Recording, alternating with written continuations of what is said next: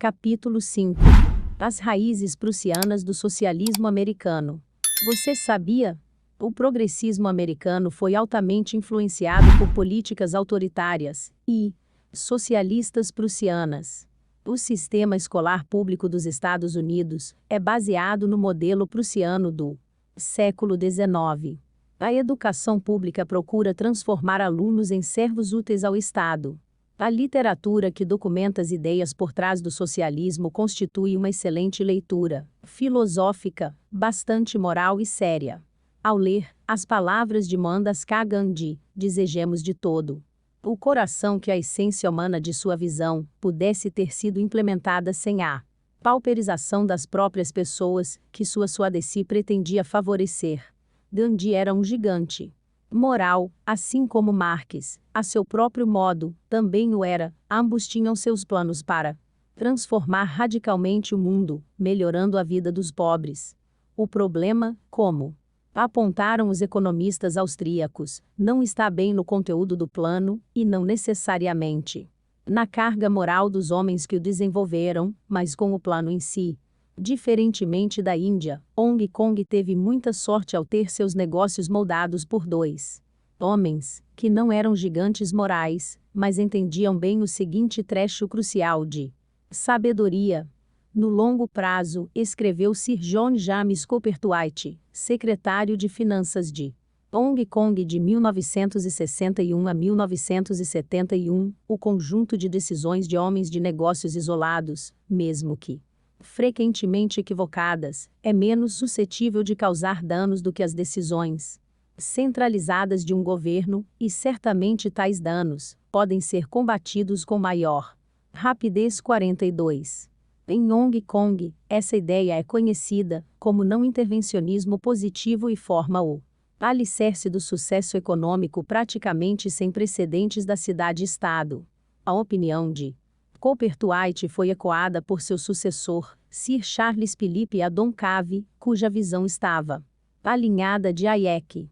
O não intervencionismo positivo considera a ideia de que a tentativa do governo de planejar a alocação de recursos disponíveis ao setor privado e frustrar as operações das forças de mercado é algo normalmente infrutífero e prejudicial ao índice de crescimento de uma economia, em especial de uma economia aberta. 43. Esse é o tipo de discernimento que não contém a carga moral satisfatória da visão de Gandhi, ou as declarações românticas dos socialistas que, ao longo da história, afirmaram trabalhar em nome dos pobres e explorados. Os Estados Unidos, por inúmeras razões culturais, sempre se mostraram relutantes quanto a ideologias políticas altamente romantizadas, preferindo seguir seu modelo anglo-protestante de liberalismo clássico, não muito distante do não intervencionismo positivo de Copperthwaite e Adamcave. Mas o país não está completamente imunizado, é claro, fenômenos como a Ku Klux Klan, o movimento de milícias, a contracultura dos anos 1960, os Panteras Negras e as comunidades utópicas que surgiram pelo território americano no século XIX são expressões políticas altamente romantizadas, assim como foram outros desenvolvimentos mais comuns, como o camelote de Kennedy, o neoideal de Roosevelt, a grande sociedade de Lyndon Johnson e a facção contemporânea de direita, anti-comércio e antiglobalização, associada a Patty Buchanan e a revista American Conservative. Esse romantismo, que precisa sempre de uma rejeição do não intervencionismo positivo, não constitui um desenvolvimento de esquerda-direita, liberal conservadora nos Estados Unidos. Críticos libertários e paleoconservadores estão certos ao apontar uma linha de romantismo, que parte do progressismo de Theodore Roosevelt até a determinação de George Bush de livrar o mundo, ou pelo menos os governos do mundo, de todo o mal. Talvez o movimento mais romântico da história política americana, e, não por coincidência, o movimento mais europeu, tenha sido o progressismo de Woodrow Wilson, combinando o pragmatismo do espírito americano ao romantismo alemão que servia como base para o modelo prussiano de governo de Otto von Bismarck, o santo patrono do progressismo. Críticos conservadores e libertários do progressismo americano, em especial o autor de Liberal Fascismo Liberal, Jonah Goldberg, exploraram os elos intelectuais e políticos entre as políticas almejadas pela esquerda contemporânea e aquela almejada por Bismarck e, indo mais direto ao ponto, a seus epígonos políticos mais radicais, que vão de Lenin a Mussolini, mas incluem também, ainda mais notoriamente, os socialistas democratas. Essa linha de crítica geralmente é rebatida com rejeição e uma boa dose de escárnio.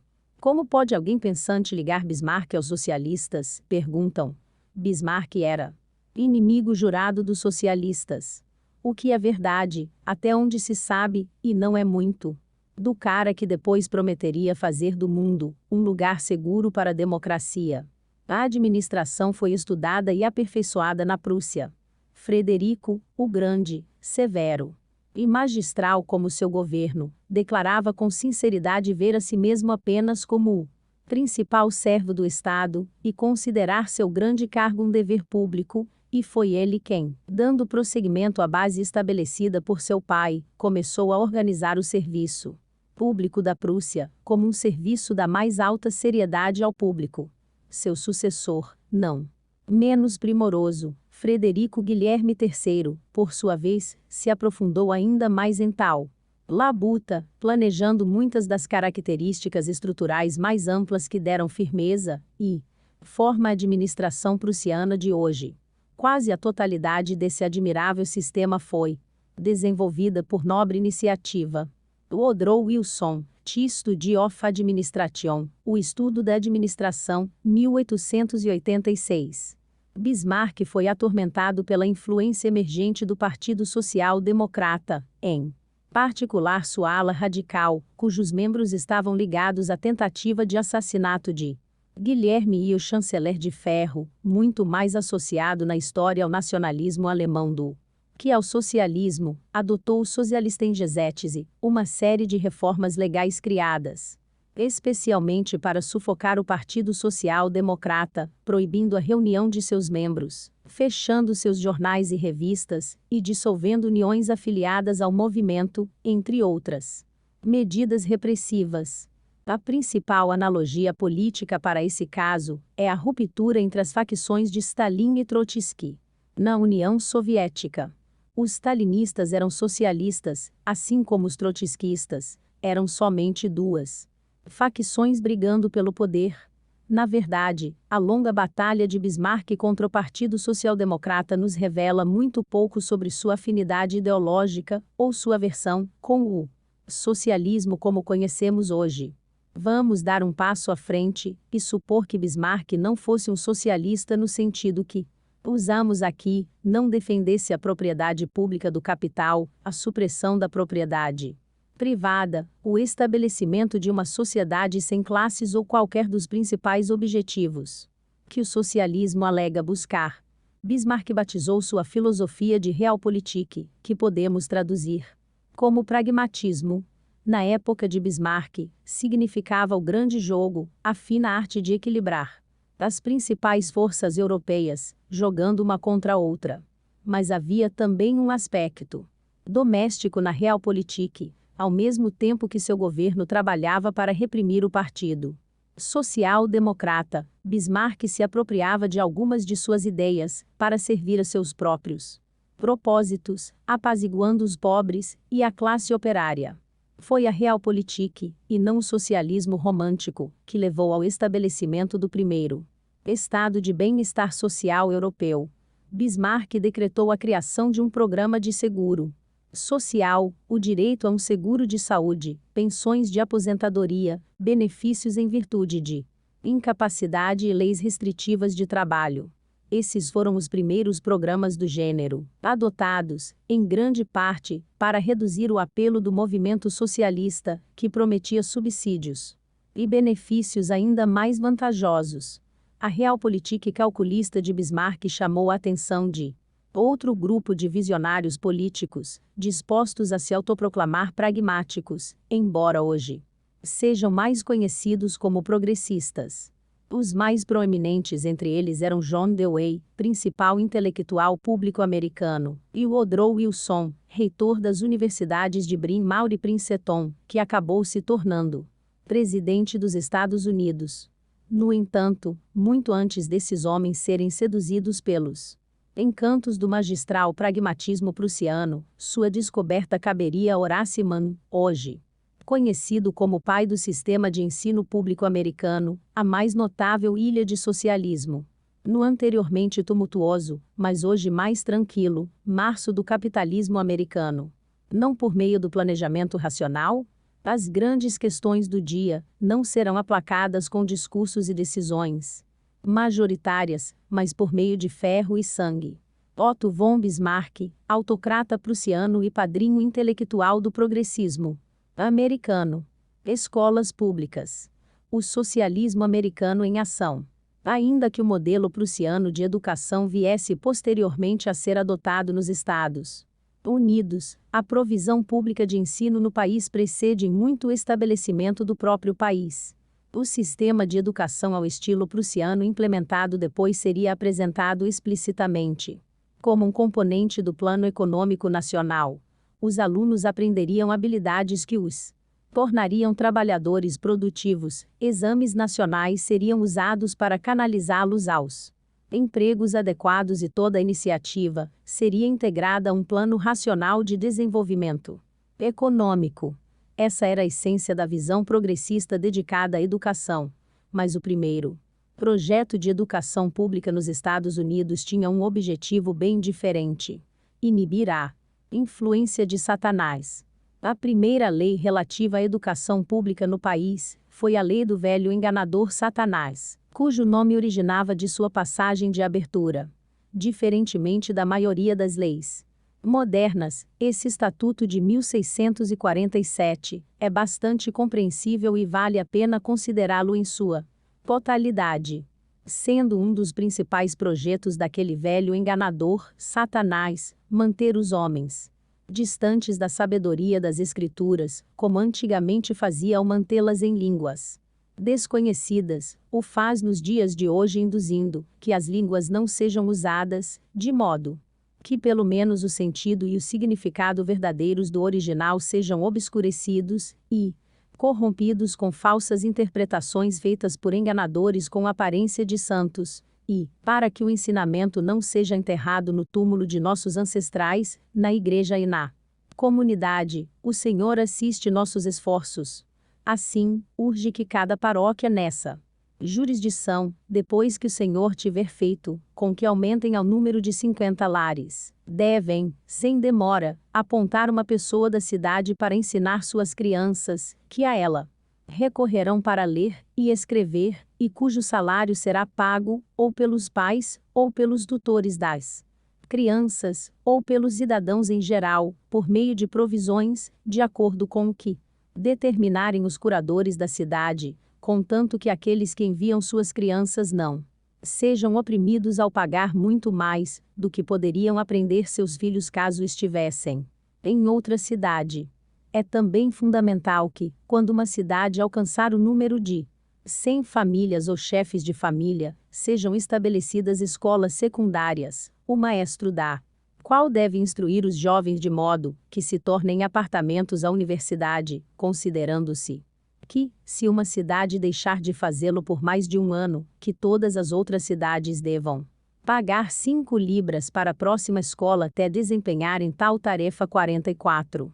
Hayek tinha muito a dizer sobre o planejamento central como abordagem dos problemas econômicos, mas pouco sobre sua função na luta contra Satanás. Basta ler as entrelinhas, porém, para decodificar a linguagem e descobrir o verdadeiro intuito dessa lei. O programa descrito pela Lei do Velho Enganador Satanás não fala sobre o ensinamento de artes liberais, mas sobre a doutrinação no sentido literal, como os cristãos empregam a palavra, usando as escolas, sob uma disciplina política, para forçar uma uniformidade de opinião, que significa a conformidade de toda opinião com o dogma oficial dos poderes governantes. Desde então, as escolas públicas vêm servindo essa função. Não era, porém, algo sem precedentes. As primeiras leis de educação obrigatória apareceram na Alemanha, no século XVI, onde as escolas eram utilizadas para impor a ortodoxia luterana sobre populações heterogêneas. O próprio Martinho Lutero era um defensor enérgico da educação obrigatória como meio de aplicar a ortodoxia religiosa, e o totalitário João Calvino teve ideias semelhantes em Genebra. A imperatriz Maria Teresa da Áustria, outra monarca que lutou contra a dissidência religiosa, agiu rapidamente ao adotar o modelo prussiano e usá-lo para impor a ortodoxia. A União Soviética, posteriormente, adotaria a educação compulsória por motivos bem parecidos, embora tenha imposto uma espécie diferente de ortodoxia. O economista austríaco Murray Rothbard cita o argumento de Lutero a favor do estabelecimento de escolas compulsórias. Sustento que as autoridades civis tenham a obrigação de compelir as pessoas a mandar seus filhos à escola.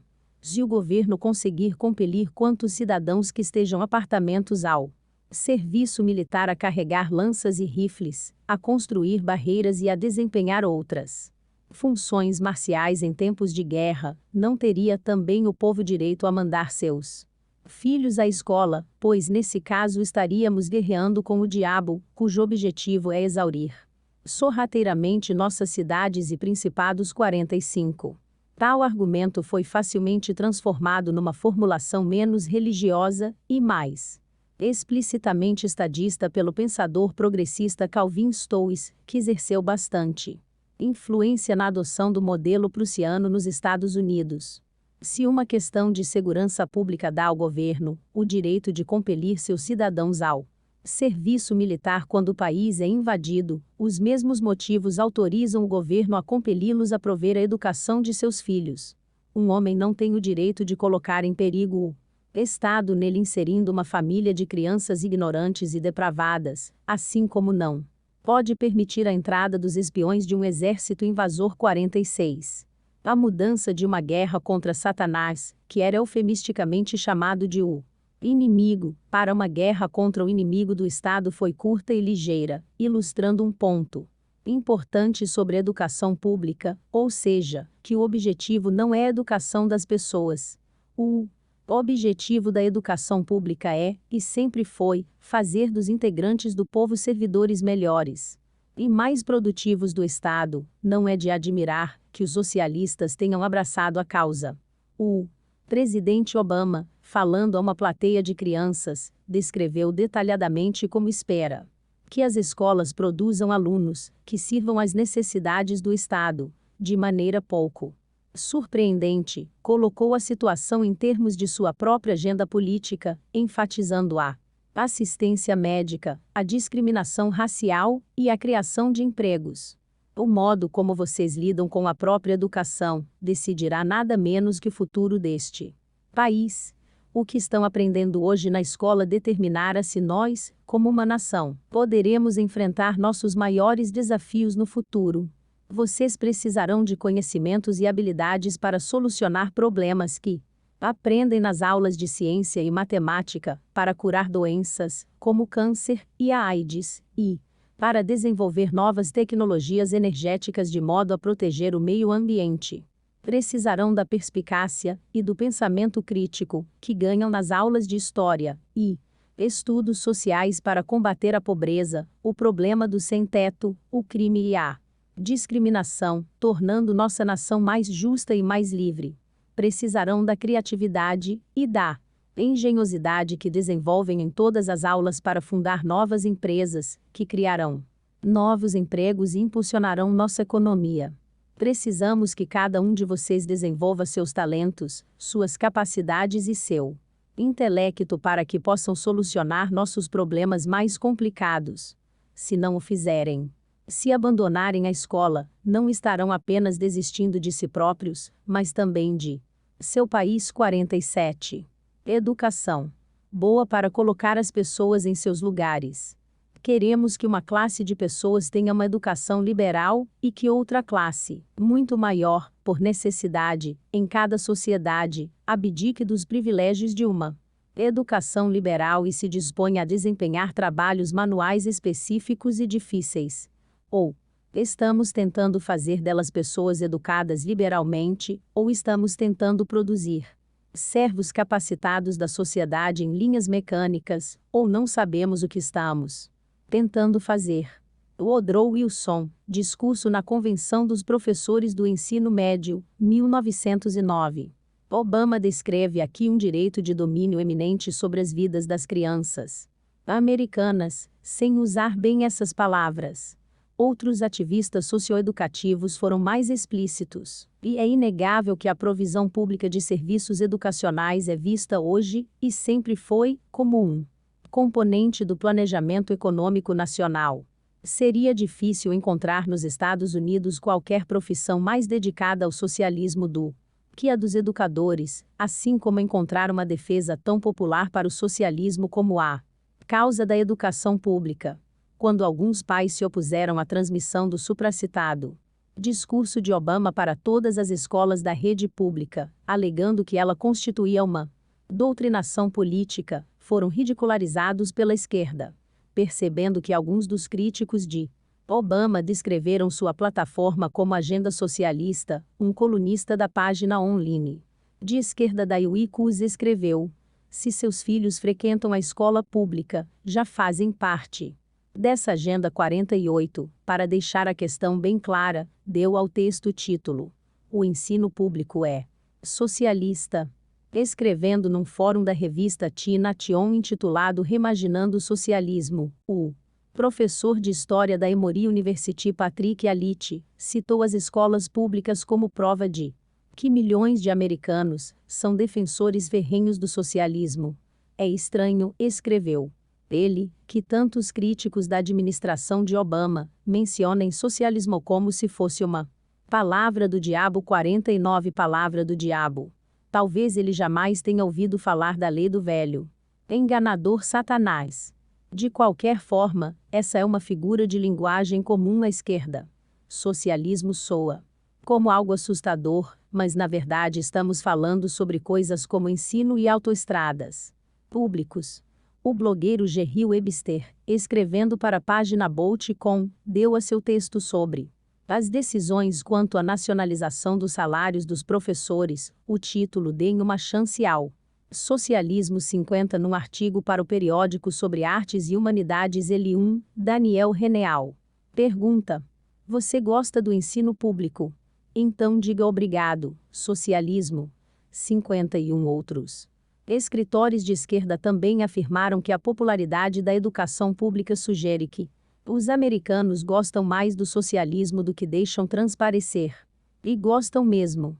A educação pública constitui um dos setores mais populares do socialismo na vida americana, ainda que a previdência social e os sistemas de transporte público fundados pelo governo não fiquem muito atrás, mas populares entre que público. Certamente, os educadores e administradores que controlam o sistema estão satisfeitos, como deveriam. A natureza não competitiva da educação bancada pelo governo lhes dá salários e benefícios muito maiores do que poderiam receber no setor privado. Alguns pais e donos de propriedades também ficam muito contentes com as escolas públicas. Os ricos e bem conectados tendem a desfrutar de escolas públicas razoavelmente boas, o que os ajuda a manter o alto valor dos imóveis residenciais nas comunidades, em maior parte suburbanas, que as abrigam. O fracasso das oportunidades iguais. Outros americanos, entretanto, não se mostram tão satisfeitos com as escolas do governo, em particular os pobres, não brancos e aqueles que vivem nas zonas menos favorecidas das cidades. As famílias negras, sobretudo, constantemente avaliam as escolas do governo como ruins, e suas impressões subjetivas vêm de dados empíricos. Em texto de 1973, Murray Rothbard argumentava que esse era um problema de planejamento centralizado socialista da variedade clássica. A conveniência burocrática invariavelmente levou os estados a criar distritos escolares geográficos, situando uma escola em cada distrito e forçando os alunos a frequentar o colégio no distrito mais próximo de sua casa. O presente sistema compele um monopólio de uma escola por distrito, forçando dessa maneira uma uniformidade em cada zona. Crianças que, por algum motivo, prefiram frequentar uma escola em outro distrito são proibidas de fazê-lo.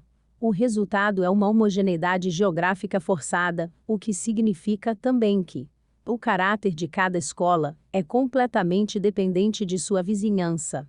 Assim, é inevitável que as escolas públicas, em vez de serem totalmente uniformes, sejam apenas uniformes dentro de cada distrito, e que a composição dos alunos, o financiamento de cada escola e a qualidade da educação dependerão dos valores, da riqueza e dos impostos pagos em cada área geográfica. Não há como fugir do fato de que distritos escolares mais abastados contarão com um ensino mais caro e de maior qualidade, e seus professores terão maiores salários e melhores condições de trabalho que nos distritos mais pobres. Os professores enxergarão as melhores escolas como lugares superiores para trabalhar e buscarão ensinar nos melhores distritos escolares, enquanto os pobres continuarão nas áreas de baixa renda. Por isso, a operação que estabelece os distritos escolares resulta inevitavelmente na negação do fim igualitário que deveria ser o maior objetivo do sistema público de educação. 52. Rothbard vai em frente, citando o defensor da educação pública do século XIX, Newton Bateman, que urgiu por um modelo socialista de ensino obrigatório. A educação, escreveu ele, era importante demais para ser relegada ao mercado. Era um bem que não poderia ser deixado aos caprichos e às contingências de indivíduos. 53. Antecipando-se ao presidente Obama, ele mencionou o direito de domínio eminente do Estado sobre corações, mentes e corpos das crianças da nação em apoio à sua causa. 54. O raciocínio de Bateman atingiu sua conclusão natural no estado de Oregon, que tentou não só implantar o ensino público obrigatório, como também tentou, em 1922, banir as escolas privadas, citando a necessidade de oferecer uma educação uniformizada, que gerasse bons cidadãos e trabalhadores produtivos em todas as áreas. A força motriz por trás de tal proposta era a Ku Klux Klan, que queria se certificar de que os novos imigrantes, em especial os católicos, fossem devidamente americanizados. Supostamente, buscavam o mesmo que Martinho Lutero, ou seja, deveriam se adaptar à ortodoxia político-religiosa da época. O teor da ortodoxia foi mudando com o passar do tempo. Robert Dale Owen, outro proponente da época progressista da educação pública, escreveu sobre um ensino nacional, racional e republicano, pela honra, pela felicidade, pela virtude e pela salvação do Estado. 55, mas o que permaneceu constante é que a missão política do sistema educacional socialista nos Estados Unidos domina sua missão educacional nominal.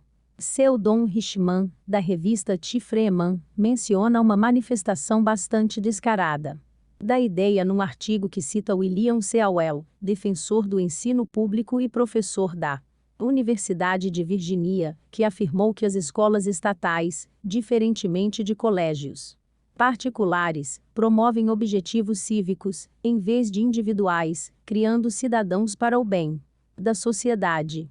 Cada criança pertence ao Estado. 56, uma plataforma de petróleo venezuelana, um campo de trigo russo, uma criança americana, são todos propriedades do Estado, todos grãos para o moinho do planejamento centralizado socialista. Richman percebeu que esse sentimento era ecoado numa promessa ainda mais mesquinha de Winnie Mandela, política sul-africana que, em discursos de campanha, afirmou que os pais que não enviassem seus filhos à escola seriam os primeiros prisioneiros de seu governo. 57.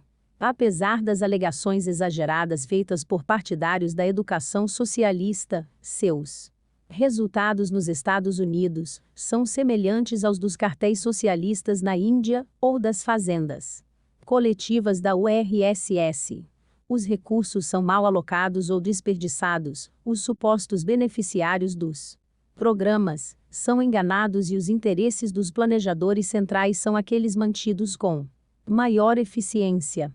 As escolas situadas em zonas de baixa renda são um pesadelo por todo o país. Os gastos com educação foram às alturas, enquanto os resultados educacionais estagnaram em muitos colégios e pioraram em outros tantos. O primeiro estado a adotar um programa obrigatório de educação pública, Massachusetts, tinha maior índice de alfabetização em 1850, ano em que a lei de presença compulsória foi implantada, do que nos dias de hoje. É esse o real propósito das aulas de comparação governamental? Sem estudos comparativos entre governos, não poderemos nos livrar do conceito equivocado de que a administração se situa sobre uma base essencialmente diferente num Estado democrático daquela de um Estado não democrático. Woodrow Wilson, History of Administration, o estudo da administração, 1886. As escolas públicas de Medfield, Massachusetts, recentemente convidaram os pais a participar do desenvolvimento de um plano quinquenal, porque essa fixação dos estadistas por planos de 5 anos, e são um estudo de caso bastante instrutivo. Medfield não poderia ser melhor no que diz respeito a escolas públicas. Trata-se de uma comunidade muito rica, com uma renda média de mais de $100.000 por família e valor médio de residência, base utilizada para a receita do ensino público, acima de $500 milhão. É um lugar bem opulento e branco, tão branco que nem faz a desagregação das notas escolares de alunos negros e hispânicos. Gasta-se uma quantidade enorme de dinheiro por estudante, uma quantia comparável aos custos de muitas escolas particulares boas. Como está se saindo o socialismo nas escolas de Medfield? Para citar um exemplo típico, os boletins do distrito sob a lei no Shield Left Behind, nenhuma criança deixada para trás, demonstram que as notas de matemática da 4ª série ficaram bem abaixo do que se esperaria de uma comunidade tão próspera. Dos alunos, 14% foram classificados como avançados, 36% como proficientes, 45% precisam melhorar e 4% estavam sob alerta, o menor nível da escala. Mesmo se desconsiderarmos os extremos, ainda há cerca de 1/3 a mais de estudantes na categoria de não proficiência do que na de proficiência. De maneira geral, o estado de Massachusetts conta com escolas públicas bastante reconhecidas. Fato é-se cercado de muita retórica sobre servir a pobres e carentes. Em termos de estados, os resultados das notas escolares da 4ª série para estudantes negros em Massachusetts é 5% entre os avançados, 20% entre os proficientes, 50% precisavam melhorar e 25% sob alerta. Vê-se que as notas dos alunos negros são ainda um pouco piores que a dos estudantes de baixa renda, que obtiveram os seguintes resultados: 6% entre os avançados, 22%. Entre os proficientes, 50% precisavam melhorar e 22% estavam sob alerta. E essas estão entre as melhores escolas públicas do país. A situação é muito pior em outros estados, em particular para estudantes negros e de baixa renda. O Wall Street Journal relata: no teste NAEP padronizado do ano 2000, para avaliar o desempenho em matemática, essa é a porcentagem de alunos negros da 8ª série, que passaram nos respectivos estados. Nova York, 8%. Califórnia, 6%. Michigan, 6%. Tennessee, 6%. Texas, 7%. Arkansas, 2%. A média nacional para alunos negros da 8ª série é de 6%, comparada aos 40% de alunos brancos. Uma diferença de 34%. 58%.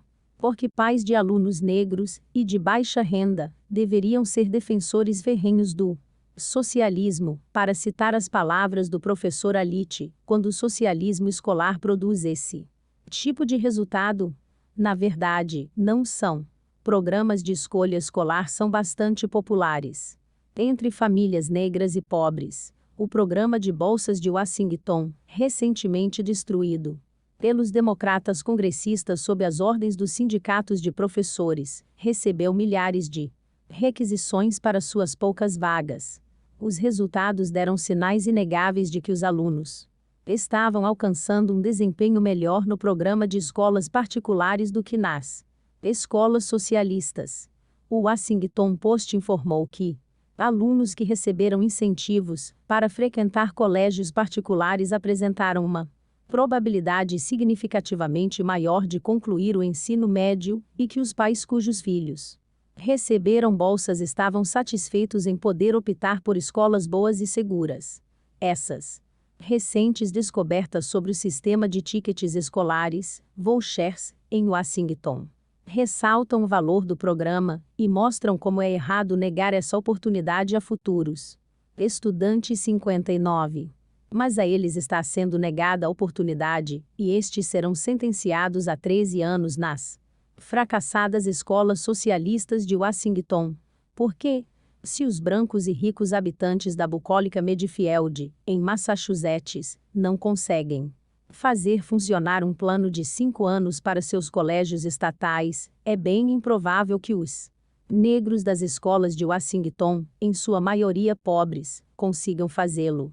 Se a questão da informação identificada por Mises e Hayek torna impossível que o planejamento centralizado racional seja aplicado a algo simples, como 1 litro de leite, quais são as chances de os planejadores centrais conseguirem elaborar programas racionais e efetivos para um tema tão difícil e complicado, como educar as crianças de um país diversificado com mais de 300 milhões de habitantes?